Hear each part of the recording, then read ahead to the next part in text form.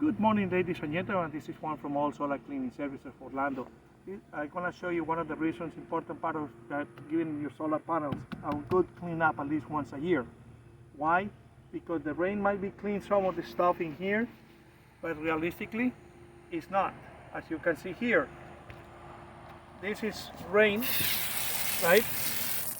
But rain doesn't clean it. Now, when we do the cleanup, we do this.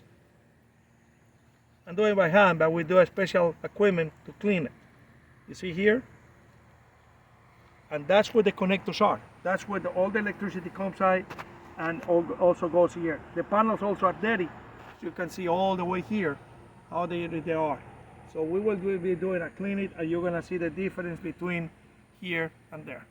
All right, if you wanna have any questions, give us a call at 407-663-3148, or you can get in touch by email, allsolarcleaningservices@gmail.com.